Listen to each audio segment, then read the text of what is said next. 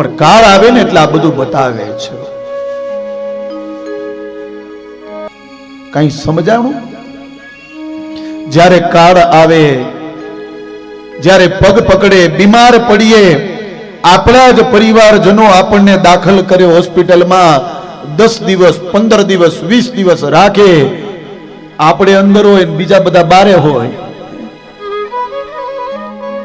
આપણને હજી મોહ નથી જાતો. આપણને એમ હોય કે ડોક્ટર આપણને બચાવી લેશે, મારા પરિવારજનો મને બચાવી લેશે. પણ 15 થી 20 દિવસ જેવું થાય એટલે ડોક્ટર એમ કહે કે હવે આ વ્યક્તિને અમે બચાવી નહીં શકીએ, હવે તમે આને ઘરે લઈ જાઓ અને સેવા કરો અને ભગવાનનું ભજન કરો. અને ત્યારે જે બીમાર પથારીએ પડ્યો છે એ વ્યક્તિને એમ થાય કે હવે મને કોઈ નહીં બચાવે, હવે મને મારો હરિ બચાવશે.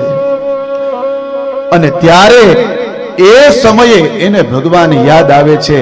બાકી ભગવાન યાદ નથી આવતા, ત્યાર સુધી ભગવાન યાદ આવતા જ નથી.